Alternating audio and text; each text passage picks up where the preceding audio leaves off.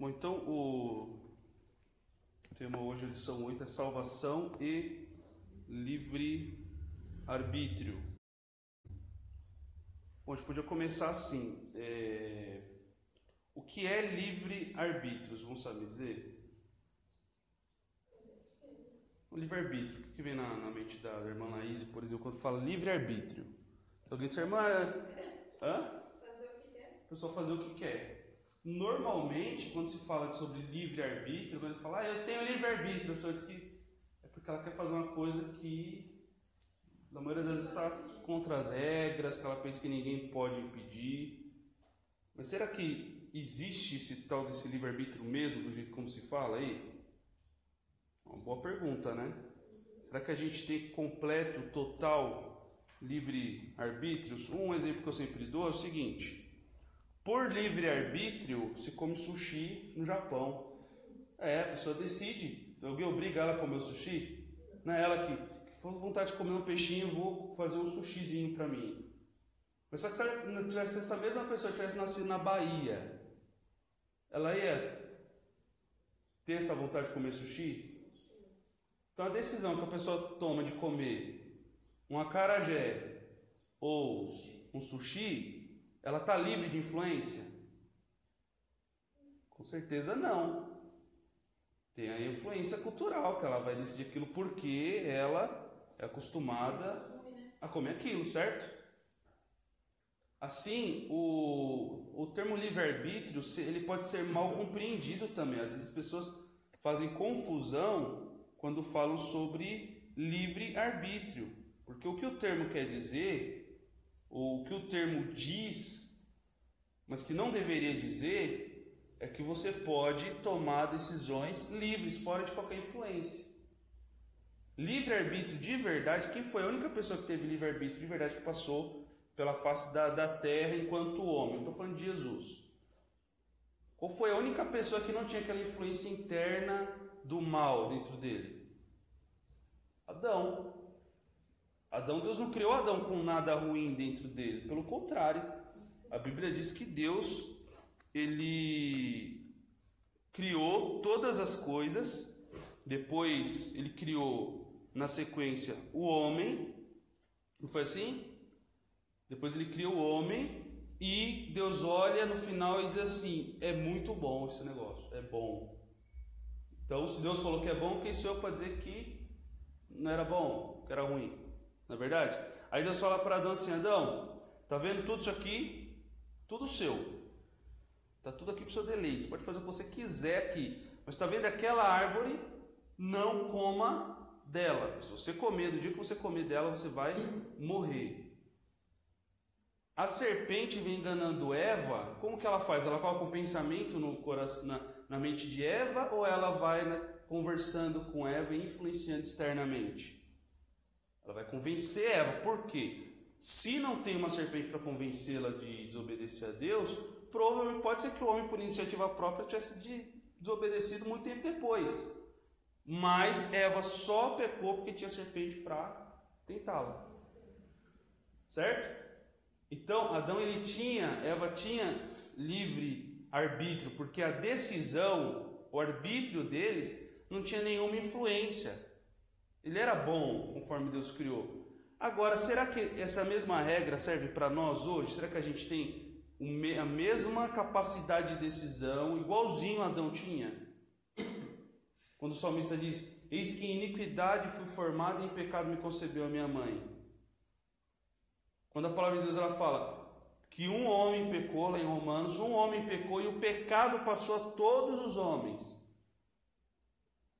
Quando o homem natural ele vai tomar uma decisão, ele toma com base na sua natureza pecaminosa. É o exemplo que eu sempre dou. Então a tendência dele é pecar. A tendência do homem é normalmente pecar. Para o homem interromper esse fluxo de pecado na vida dele, ou pelo menos deixar de pecar propositalmente, ele vai precisar de alguma influência externa. Só que agora a influência interna que ele tem já é do mal, não é? Agora, para ele poder fazer o bem, ele precisa de uma influência externa, que é o que nós chamamos de graça de Deus.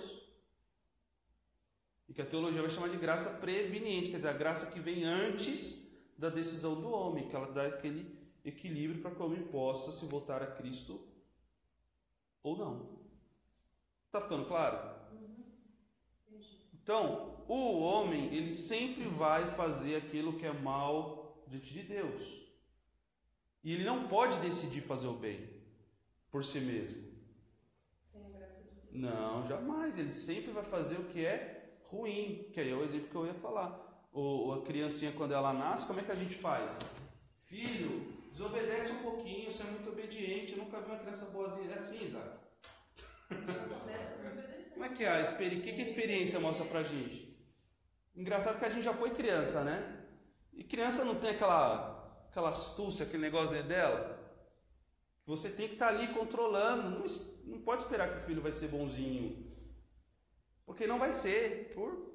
Ele pode estar ali na média um pouquinho para cima, mas vez ou outra ele vai manifestar aquela natureza pecaminosa que ele tem. A criança é mais forte ainda, né? Porque você fala, não, ela está olhando e está fazendo. Porque ela não tem conhecimento de o que é bom, o que é mal, ela ainda não tem. Então a criança, se deixar, ela vai virar um monstro daqui a pouco, se ela não for socializada, se ela não for educada. Não, para ela parece assim.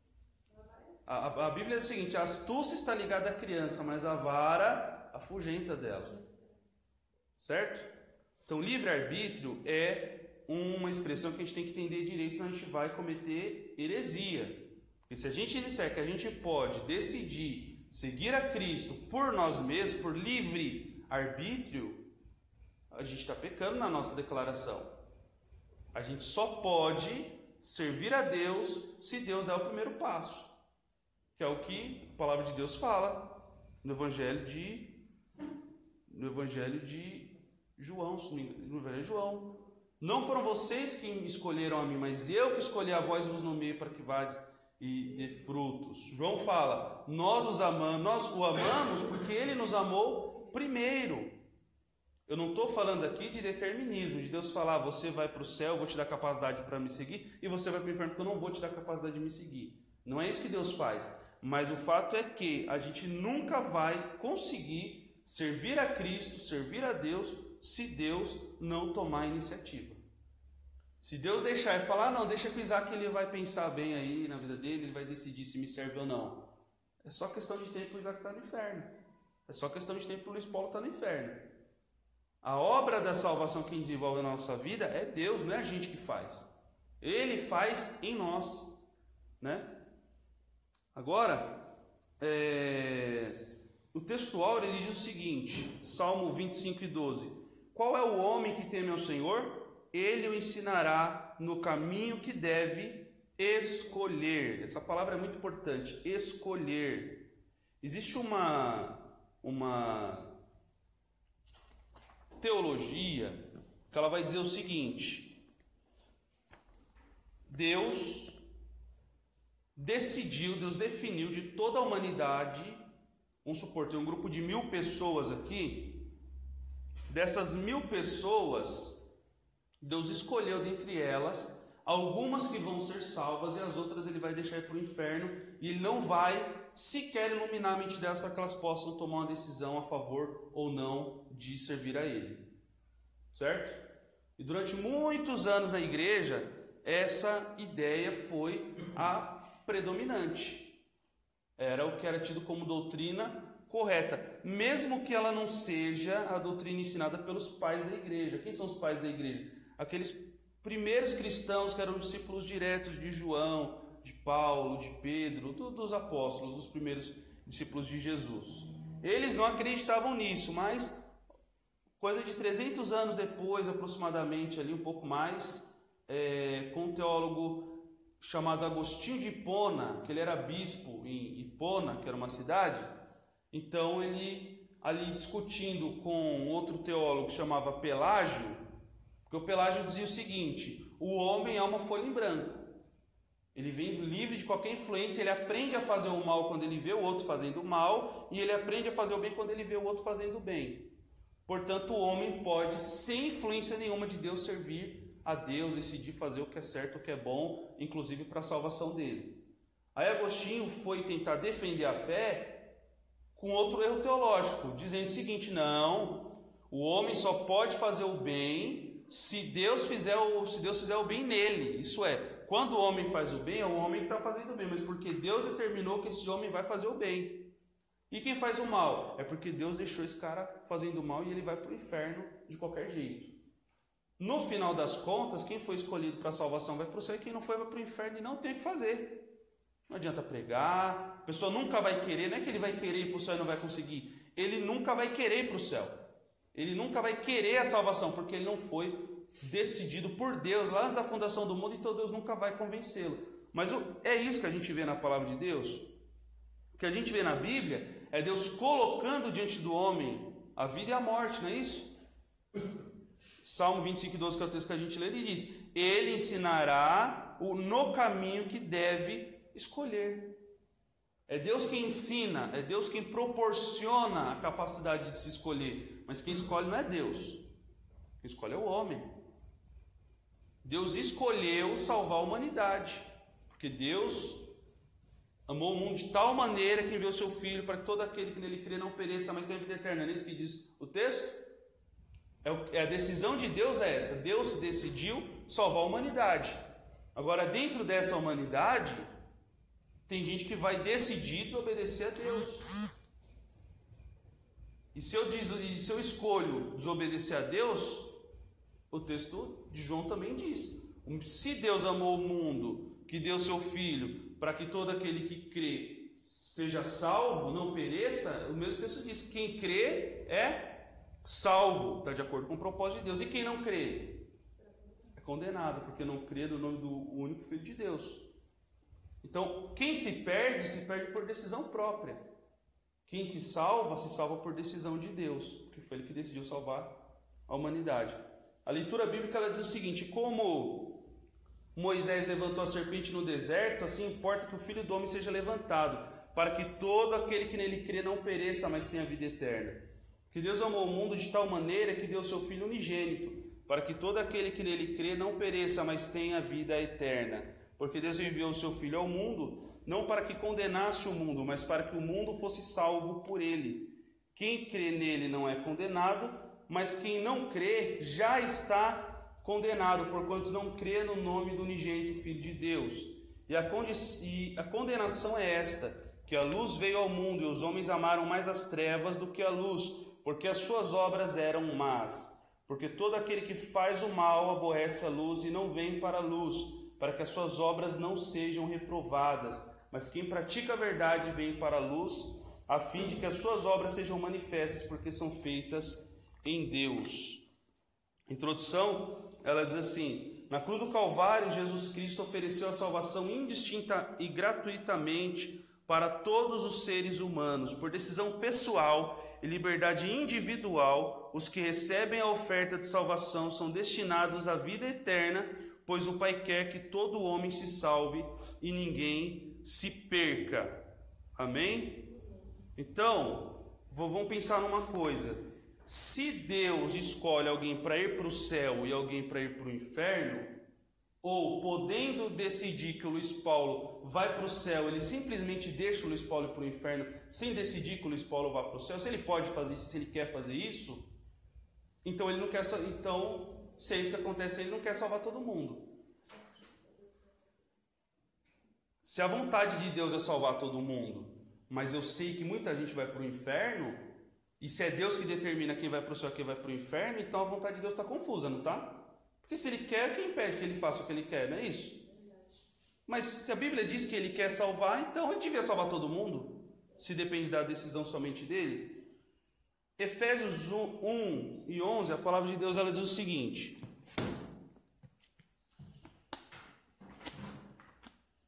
Efésios 1 e 11, olha o que está escrito lá.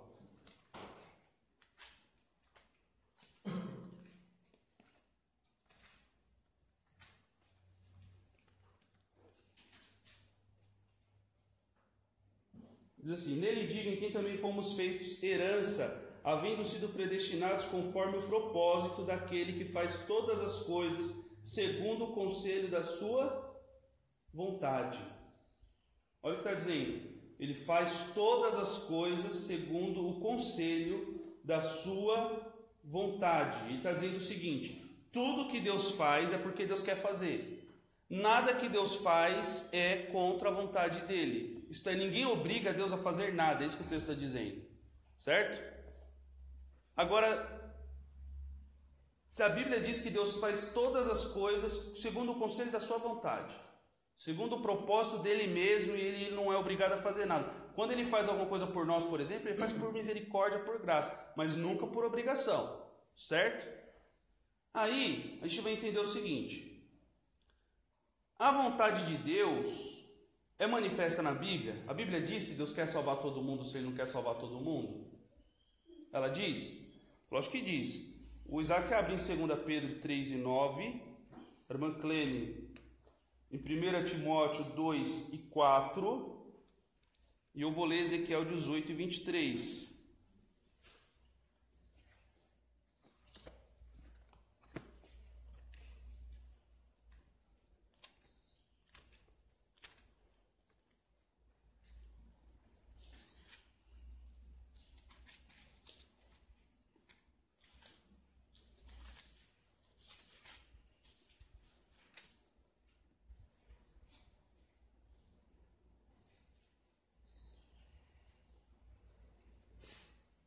Mas achou? Lê 2 Pedro 3:9, que diz lá: O Senhor não retarda a sua promessa, ainda que alguns a tenham por tardia, mas é longânimo para convosco, não querendo que alguns se percam, senão que todos venham arrepender-se. Então a Bíblia fala não querendo, o apóstolo Pedro está falando naquela igreja, ele fala não querendo que alguns se percam. Ele não quer que alguns se percam, mas que todos se arrependam. Agora, 1 Timóteo 2:4, o que diz, irmã Clênia? Pode ver o 3? Completar? Pode. 1 Timóteo 2, 3 e 4, então. Porque isso é bom e agradável diante de Deus, nosso Salvador, que quer que todos os homens se salvem e venham ao conhecimento da verdade. Isso é agradável. Ele está falando, vocês têm que orar por todas as pessoas, porque isso é agradável a Deus, que quer que todas as pessoas se salvem e venham ao conhecimento da verdade. É isso que está escrito? Então Deus quer que alguém não se salve? Deus quer que alguém não venha ao conhecimento da verdade? A vontade de Deus é que todos se salvem. Portanto, se Deus quer que todos se salvem, Ele vai agir para proporcionar salvação a todos. Senão não seria essa a vontade dele. Senão o texto teria que dizer: Ele quer que alguns se salvem e que a maioria se dane no inferno. E se danar não é palavrão. Tá bom? Mas não é isso que devia estar escrito? Se isso fosse verdade, que Ele escolhe alguns para salvar e outros para ir para o inferno? Porque se a vontade dele é livre, se Ele faz tudo o que Ele quer, e se a gente sabe que alguém vai para o inferno, aquela pessoa só pode ir por decisão própria e não por falta de alguma ferramenta da parte de Deus.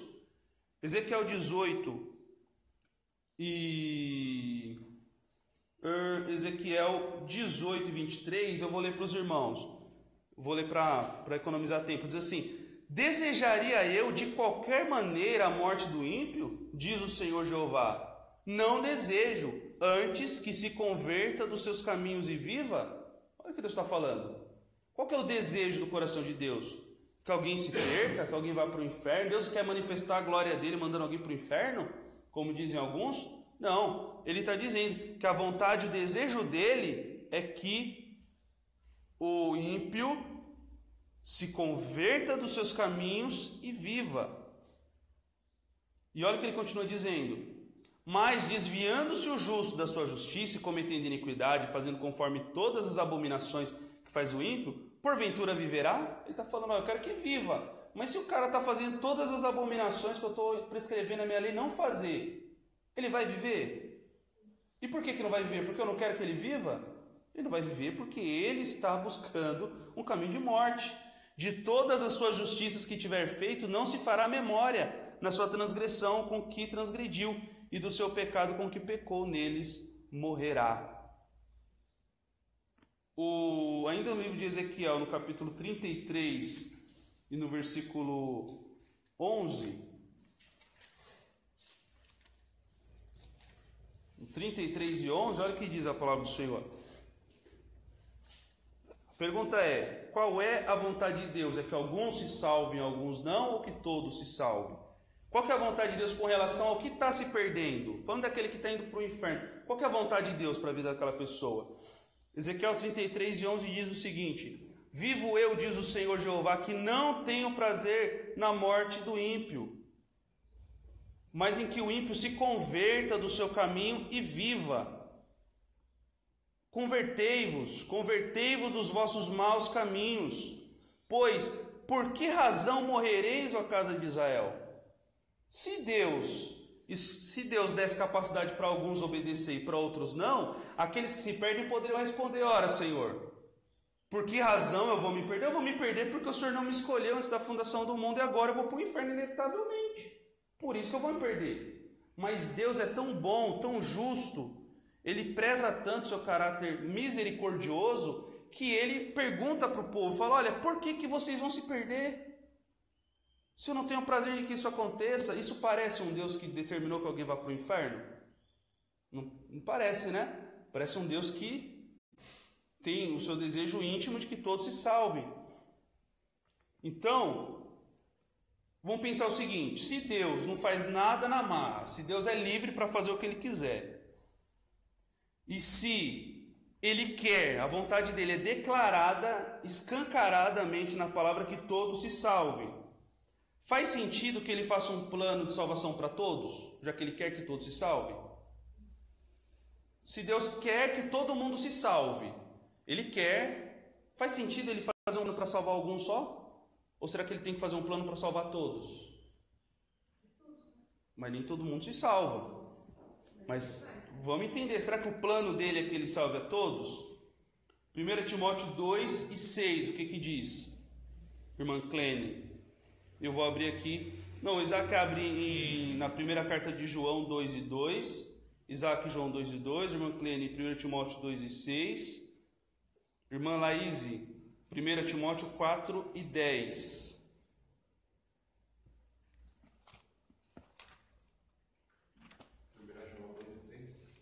É só abrir aqui que a gente já lê Hebreus 2:9, eu vou ler. Então, 2:9 eu achei.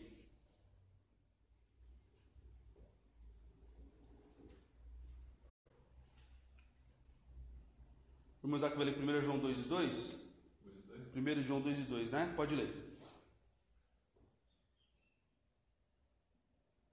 E Ele é a propiciação pelos nossos pecados, e não somente pelos nossos, mas também pelos de todo o mundo. O propósito de Deus é salvar quantos? Ele fala que Jesus é a propiciação pelos nossos pecados. Aí João ele fala, para que vocês não entendam mal, Ele é a propiciação pelos nossos pecados e pelos pecados de todo o mundo. Não só dos nossos pecados, mas dos pecados de todo o mundo. A irmã Clene, 1 Timóteo 2:6, o que fala? O qual se deu a si mesmo em preço de redenção por todos, para servir de testemunho ao seu tempo. O qual se deu, lê um pouco mais alto. O qual se deu a si mesmo em preço de redenção por todos. Por quantos? Por todos. Ele deu-se a si mesmo por preço de redenção por todos, por todas as pessoas. Para servir de testemunho ao seu tempo. Amém. Agora, irmã Laís, 1 Timóteo 4:10, o que é que diz?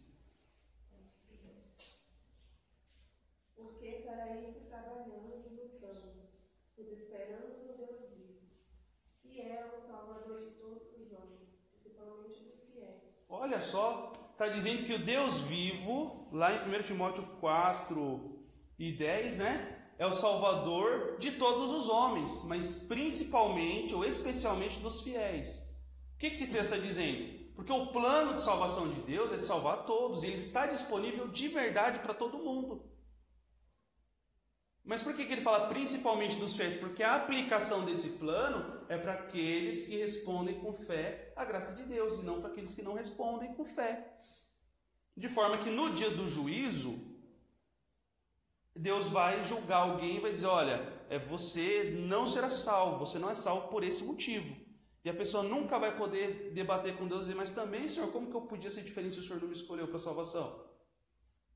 Podia ser de alguma forma. Você imagina como que Deus ia responder, né? Lá no dia do juízo, olha, João, você batia na mulher, você bebia, rapaz, você enchia a cara, espancava os filhos. Ô, João, você matou 3 lá, você era muito cabeça quente, rapaz, não dá para você ir para o céu.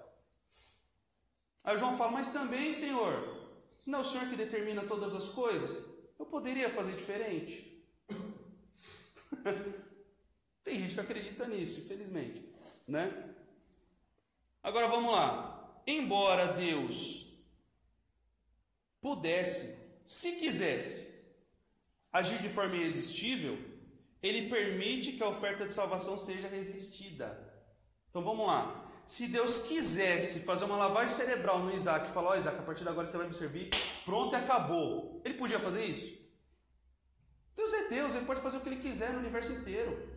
Se Ele quisesse chamar a irmã Clene e falar assim, irmã Clene, você agora vai me servir, você nunca mais vai desejar nem pecar. Isso ia acontecer? Se Deus quisesse fazer isso? Mas Ele faz isso. E se Ele quisesse, Ele faria. Mas não é essa a via que Deus escolheu para salvar. Qual é a via que Deus escolheu para salvar? Ele permite que a sua oferta de salvação seja resistida. Isso está na Bíblia, irmão Luiz Paulo? O Isaac lê Isaías 65:2. Eu vou abrir Romanos 10:21.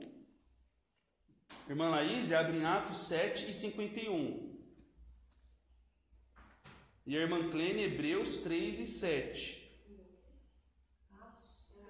A irmã Laís lê Atos 7:51.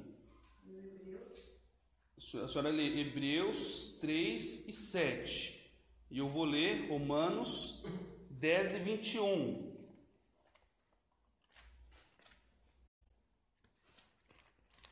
Se Deus quisesse agir irresistivelmente, Ele poderia agir porque Ele é Deus e faz o que quer no universo que é dele. Mas, embora a Bíblia diga que Deus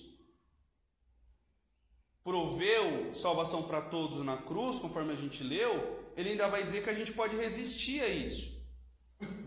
E a irmã Isaac lê lá, Isaías 65:2 diz o quê? Estendi as mãos todo dia a um povo rebelde, que caminha por caminhos que não é bom, após os seus pensamentos. Estendi todos os dias mãos a um povo rebelde. Deus não seria, isso não pareceria uma ação muito cínica? Você estender as mãos a quem você não deu capacidade de retribuir esse ato, de corresponder a isso? Deus é coerente, Deus ele não ia fazer isso. Olha, eu estou estendendo a mão, estou falando para você que você precisa se converter, mas eu não vou te dar capacidade para se converter. É meio sarcástico até, não é? Já pensou o cara que está andando na rua com lanche, e aí tem um cara morrendo de fome ali, aí ele fala, quer? Vai comprar. Ele sabe que o cara não tem dinheiro, ele ofereceu, mas ele não deu capacidade para aquela pessoa receber. Esse é o Deus que muita gente crê, que muito crente acredita, e essa doutrina cresce. Eu mesmo, durante vários anos, eu abracei essa teologia aí, porque tem lógica, faz sentido quando você lê. Mas quando você vai para o texto bíblico, quando você vai ler a Bíblia, você vai ver que não é isso que a Bíblia está dizendo. E a gente tem que crer no que a Bíblia diz, não é no que os sistemas teológicos ensinam, né? Então, um outro texto interessante. Vamos lá, já leu? Estendi as mãos, mas o povo não quis.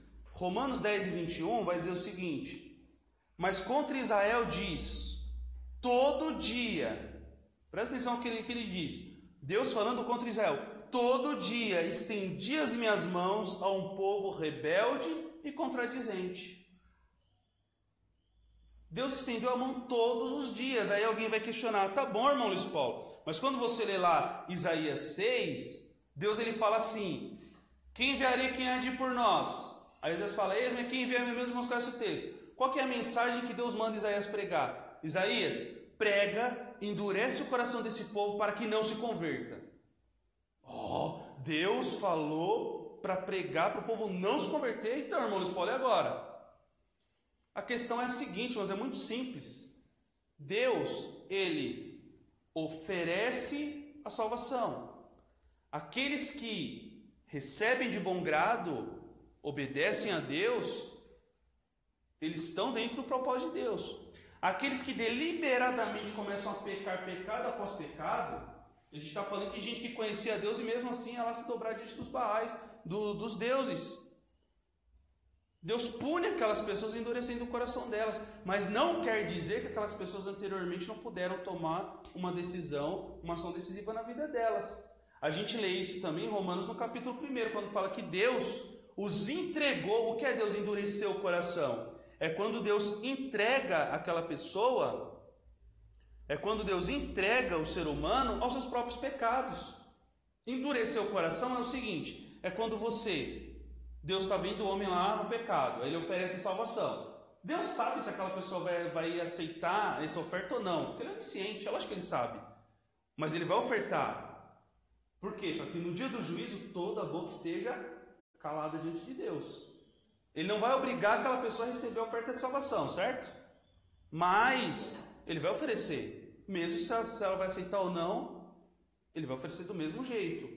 À medida que aquela pessoa pega aquela palavra que ela recebeu e ela pisoteia aquela palavra que ela recebeu, o que Deus faz? Ele não dá pérolas a porcos nem comida santa aos cães. Certo? Então é isso que Deus fez lá em Isaías 5. O povo já vinha num período tão longo de pecados terríveis que Deus falou: vocês querem ir para o inferno? Então agora vocês vão mesmo. Foi isso que Deus fez. E mesmo assim, foi todo o povo que se perdeu? Não. A Bíblia diz lá em Romanos 11 que em todo tempo Deus sempre tem um remanescente no meio do povo dele.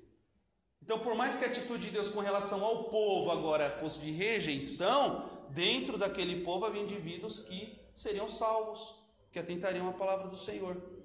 Certo? Tá ficando claro, irmãos? Tá, então, se alguém disser, fala assim, você foi predestinado para ir para o inferno. Tá na Bíblia isso? Não, tá? Agora, Atos 7,51, o que está escrito? Homens de dura cerviz, incircuncisos, de coração e ouvido, vós sempre resistis ao Espírito Santo, assim vós sois como os vossos pais. O apóstolo ele fala ali, homens de dura cerviz, vocês sempre resistem ao Espírito Santo. E o que é que o Espírito Santo faz? No livro de João, ele fala o seguinte: o Espírito Santo, ele convence o homem da justiça, do pecado e do juízo, não é isso? E o que é que fala o apóstolo aqui? Homens de dura cerviz, vocês sempre resistem ao Espírito Santo. Quer dizer, a graça de Deus, ela pode ser resistida? A oferta de salvação pode ser resistida, de acordo com o que a gente está lendo? É claro que pode, infelizmente pode. Por quê? Porque Deus oferece, ele estende as mãos para um povo rebelde e contradizente. E se Deus estende as mãos e não dá aquelas pessoas capacidade de retribuírem, Deus está fazendo uma oferta falsa. E nosso Deus é verdadeiro, ele não é falso. Certo? Porque o livro de Hebreus diz que aqueles homens eles resistem ao Espírito Santo. Mas o Espírito Santo é Deus, ele é onipotente, ele é todo poderoso. Como que alguém pode resistir a Deus? Se Deus permitir, a pessoa pode. Se Deus der a essa pessoa a possibilidade, ela pode. Mas se Deus quisesse agir naquelas pessoas irresistivelmente, agora você vai salvar, pronto, acabou. Ela se salvaria, mas não foi isso que Deus fez. Essa que é a questão. É o que Deus poderia fazer, mas não fez. Agora um exemplo bem prático, está em Lucas 29 e 30.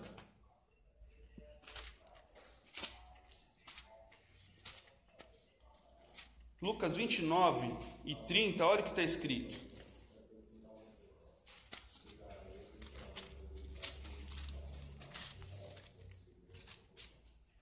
Desculpa, irmãos, é Lucas 7. Lucas nem tem capítulo 29. Não, irmão, só na Bíblia de uns crentes diferenciados que tem Lucas 29. Vocês não têm aí? Então vocês não estão predestinados. Não posso fazer nada. Lucas 7, 29 é o que está escrito.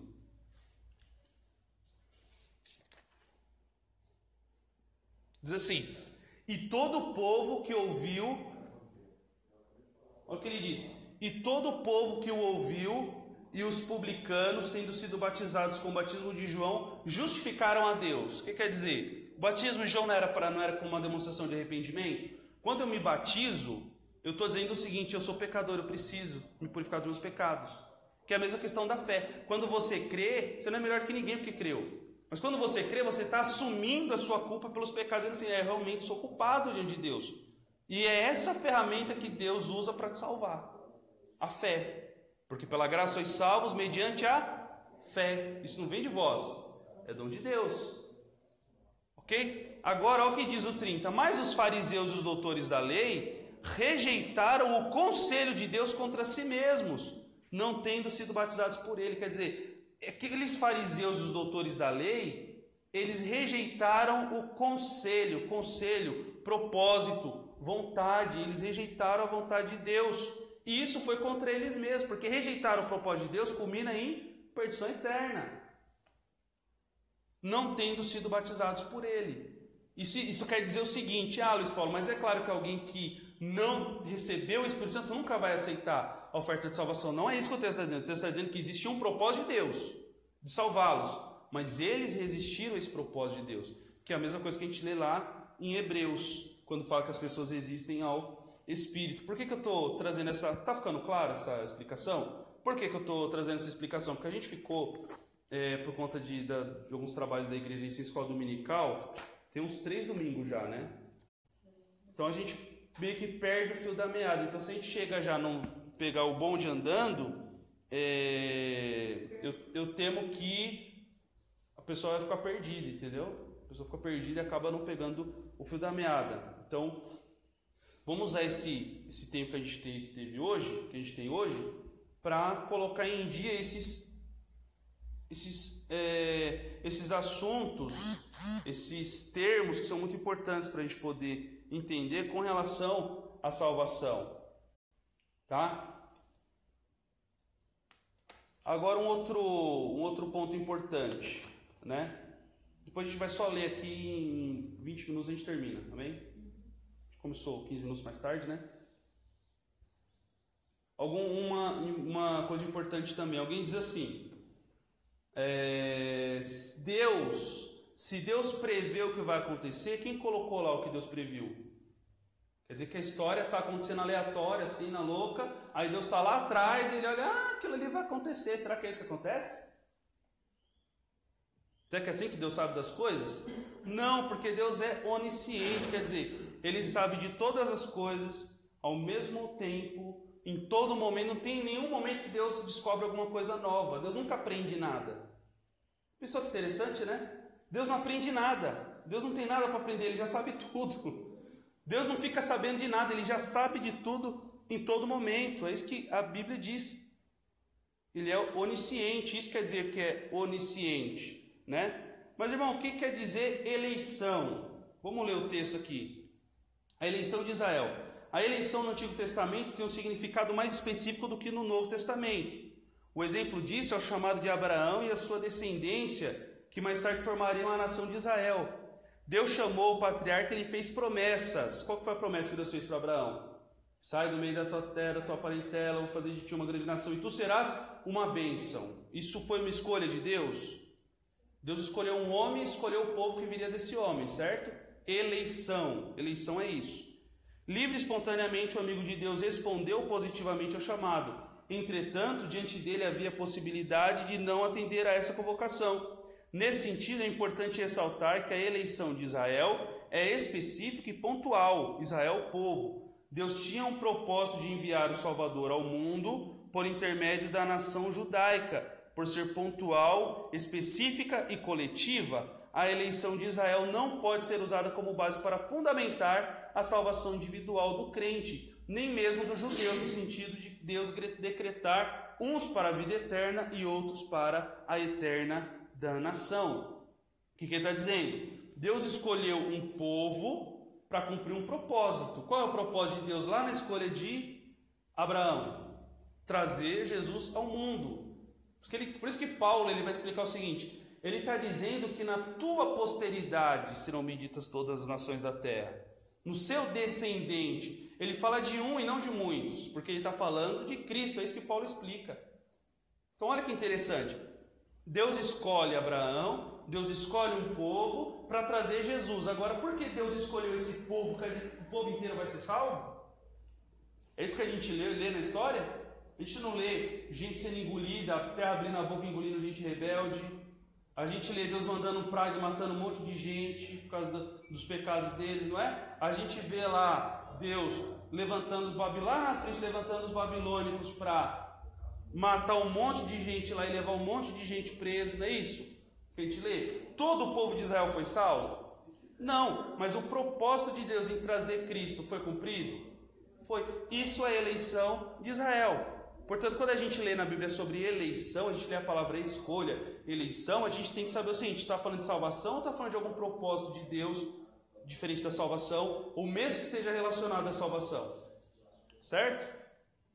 Aí no tópico 2 ele vai falar sobre a eleição para a salvação. A eleição divina é o ato pelo qual Deus chama os pecadores à salvação em Cristo e os torna santos.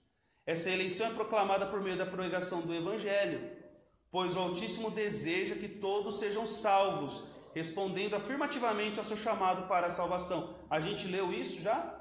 Que Deus deseja que todos sejam salvos? A gente pegou as referências, não pegou?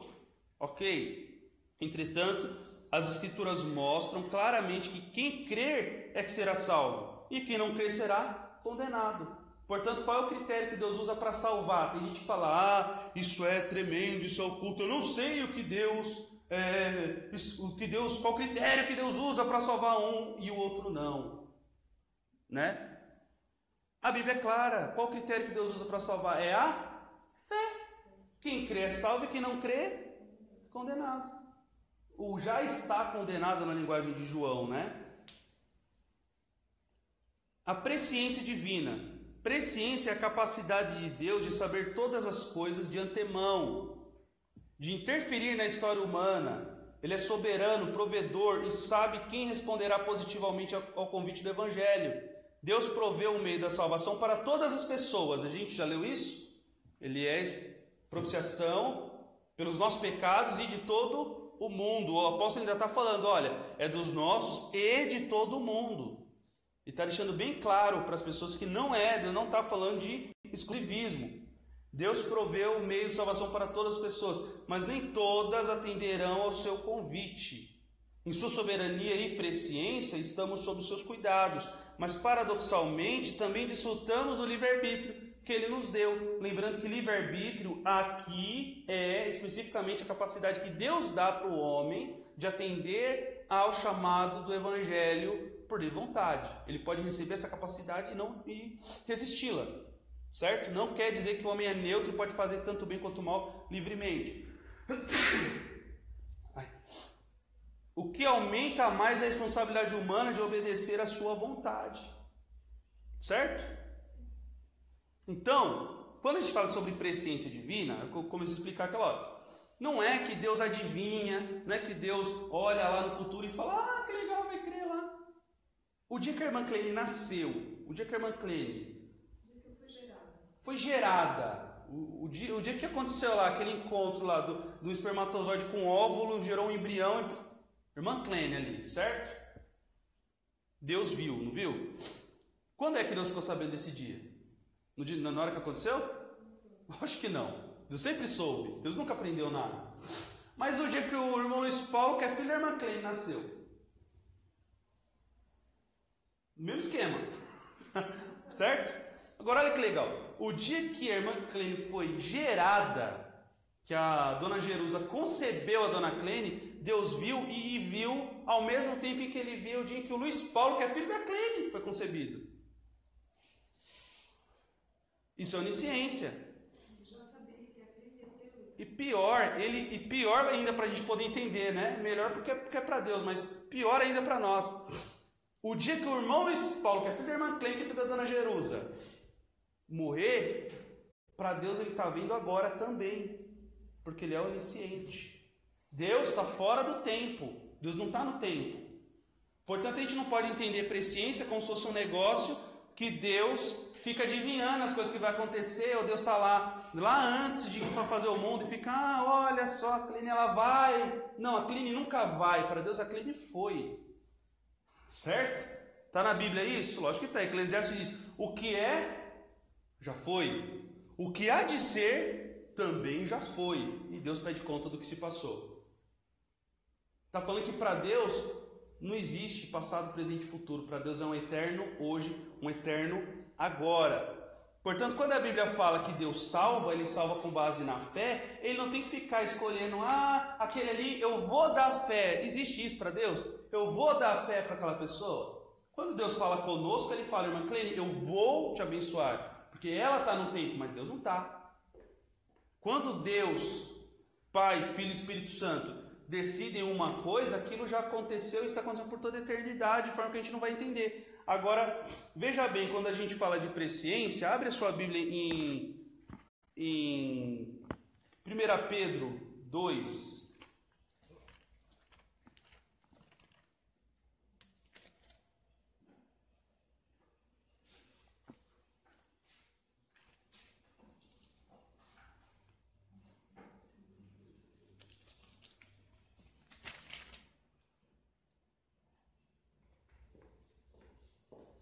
1 Pedro capítulo 1, versículo 2.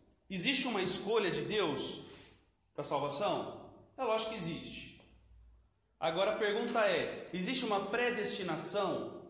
Não vai dar tempo de a gente explicar esses dois conceitos profundamente. É lógico que existe, a Bíblia diz que existe. Está lá em Efésios capítulo 1, Ele nos predestinou. O primeiro texto que a gente leu fala que Ele nos predestinou segundo o propósito daquele que faz todas as coisas segundo a sua própria vontade. Foi isso que a gente leu? Mas olha o que está escrito aqui em 1 Pedro 1 e 2. Eleitos segundo a presciência de Deus Pai. Deus elege para a salvação? Elege. Mas qual é o critério que Deus usa para eleger? Se a Bíblia diz que nós somos salvos pela fé e pela presciência, ficou fácil entender. Ele elege de acordo com o conhecimento eterno dele, de quem vai atender positivamente ao chamado da salvação. Quem são os eleitos? Os eleitos são aqueles que Deus sabe pela sua presciência. Para nós é presciência porque para a gente não aconteceu ainda às vezes. Para a gente pode estar no futuro. De repente o irmão Luiz Paulo ainda está lá no mundo, mas ele vai crer, não vai? Mas e para Deus? Que vê tudo como se fosse um momento só. Para Deus aquilo ali a gente não vai entender como que ele vê, mas ele vê o negócio tudo misturado, tudo junto, né? Então Deus elege segundo a presciência dele. Então Deus elege aquele que crê. Quem que Deus elege? Deus elege o que crê. Ele não elege para crer. A irmã Clene não foi eleita para crer. A irmã Clene foi eleita porque creu. Ok? Essa é a questão da presciência e onisciência. Deus faz de acordo com a sua vontade. E qual é a vontade dele? Salvar todo o que crê. Pronto. Qual é a vontade de Deus? Salvar todo o que crê. Mas e quem não crê? Quem não crê não é salvo pela vontade de Deus. Sim, porque Deus decidiu salvar todo o que crê. Se Deus tivesse decidido salvar todo o que não crê também, ele salvava também. Mas a decisão dele é salvar todo o que crê. Isso fica claro na palavra de Deus. Irmãos, isso que eu estou falando para vocês, se você trancar uma pessoa num quarto com a Bíblia na mão e falar, você vai sair daqui a 6 meses e vai ler a Bíblia inteira, ela vai entender exatamente isso que a gente está falando. Porque ela vai ler que Deus quer salvar todo mundo e ela nunca vai passar pela cabeça dela que Deus, querendo salvar todo mundo, decide porque Ele quer mesmo mandar alguém para o inferno. Certo? Armínio e o livre-arbítrio. Então, só para a gente ouve esses termos aí por aí, né? Calvinista, arminiano, molinista, desviado, crente. Vamos entender o que quer dizer isso aqui. Armínio e o livre-arbítrio. Breve histórico de Jacó Armínio. Jacó Armínio, 1560, morreu em 1609, nasceu na Holanda, foi pastor de uma igreja em Amsterdã e recebeu o título de doutor em teologia pela Universidade de Leiden. Tendo sido envolvido numa disputa calvinista, desenvolveu o calvinismo, aquela concepção. Na verdade, o calvinismo é um conceito teológico muito grande, mas ele é mais conhecido pela questão da salvação, onde se prega que Deus escolheu uns para a salvação e deixou os outros ir para o inferno. E quem vai para a salvação é salvo, e quem não é, porque Deus não escolheu, pronto, acabou, tá? Desenvolveu uma tese bíblica a partir dos primeiros pais da igreja. Qual que era a base de Armínio? A patrística, o ensinamento bíblico, e pela visão também dos primeiros pais da igreja, porque os primeiros apóstolos de João, por exemplo, tá?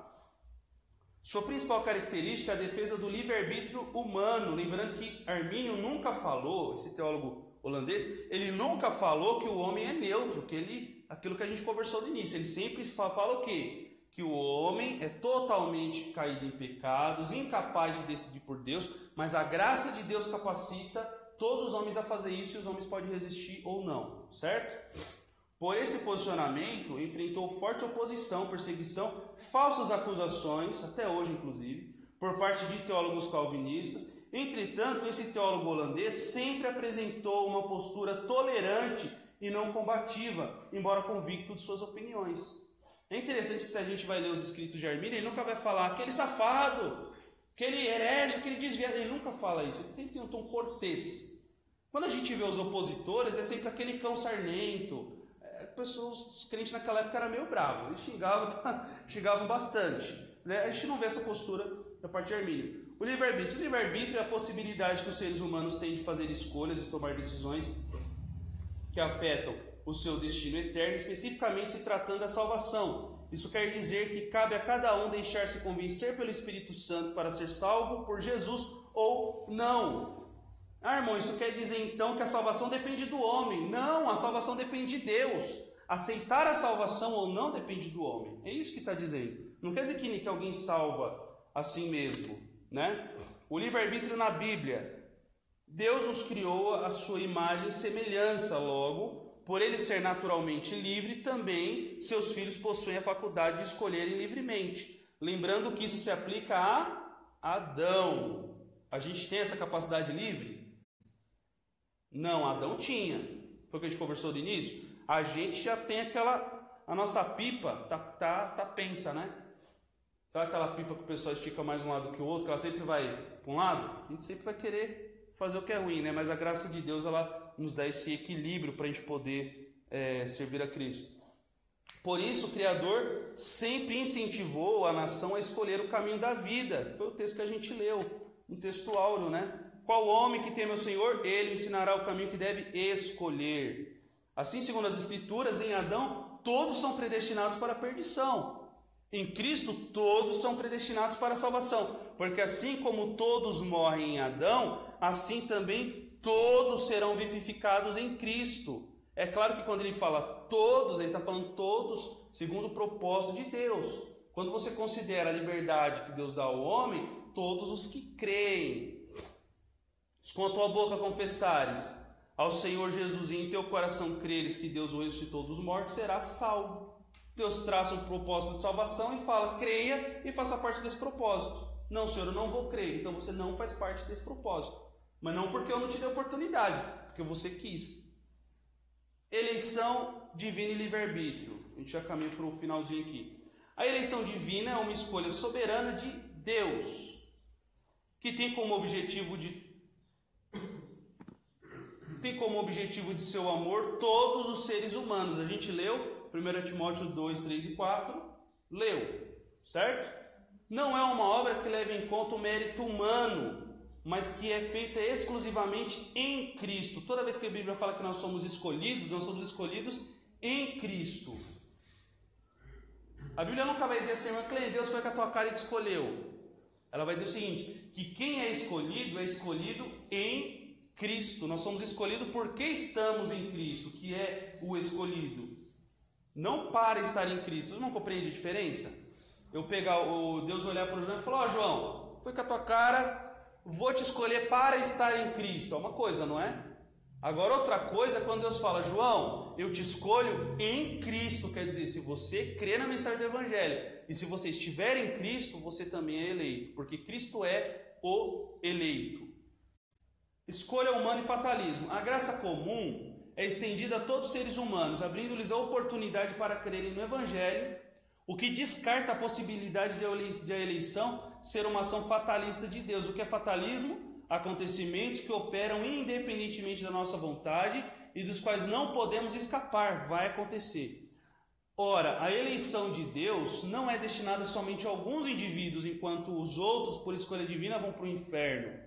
Isso vai contra a natureza amorosa e misericordiosa do Criador. Por isso, indistintamente, Ele dá oportunidade para que todos se salvem, pois Deus não faz acepção de pessoas. O irmão Isaac pode abrir Atos 17:30 e Atos 10:34. A possibilidade da escolha humana. Há vários textos bíblicos que apontam para o fato de o ser humano ser livre para escolher. Todo aquele que nele crê não pereça, mas tenha a vida eterna. Qual é o critério? Fé. Todo que crê não perece, e o que não crê, perece. O que vem a mim, de maneira nenhuma o lançarei fora. Isso está dizendo, o que vem a mim.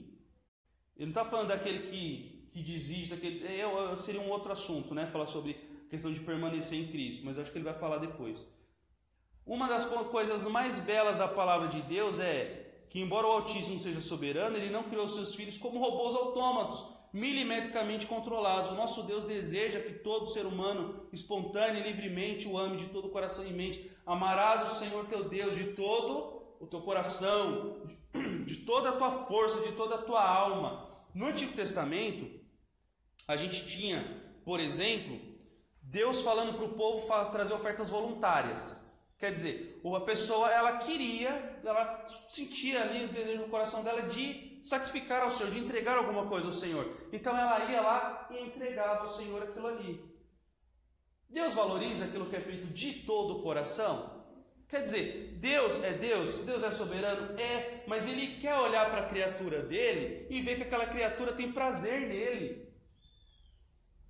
Quer dizer, uma coisa que é voluntária. Quando Ele fala, ama o Senhor teu Deus de todo o teu coração. Só que Ele determina que uns vão amar de todo o coração e outros não vão amar de todo o coração. Parece sincero esse mandamento de Deus? Estranho, não é? Eu estendi a minha mão todos os dias a um povo rebelde e contradizente. Ele está falando, olha, porventura eu quero que o ímpio se perca? Não, eu quero que todos se salvem e venham ao conhecimento da verdade. Mas esse mesmo Deus determinou que uns vão salvar e outros vão para o inferno. Não torna Deus uma pessoa bipolar? Não torna Deus alguém que a gente... Tá difícil de confiar nele? Não é verdade? Porque se Ele fala que quer salvar todo mundo, mas na verdade Ele faz com que muitos não sejam salvos, porque Ele não vai dar capacidade para que eles se salvem, como é que a gente sabe se está no lado certo ou se está no lado errado? Se a gente tem que amar Deus pelo que Ele fez por nós ou pelo que Ele fez na vida dos outros, e mesmo assim a gente vai para o inferno? Fica um negócio meio esquisito, não é? Por isso que, na minha opinião, essa visão é a visão mais clara. Deus faz tudo o que Ele quer, Deus decide o que Ele quer e Deus decide salvar todos que creiam. O irmão Isaac lê lá, Atos 17:30. Mas Deus, não tendo em conta os tempos da ignorância, anuncia agora a todos os homens em todo lugar que se arrependam.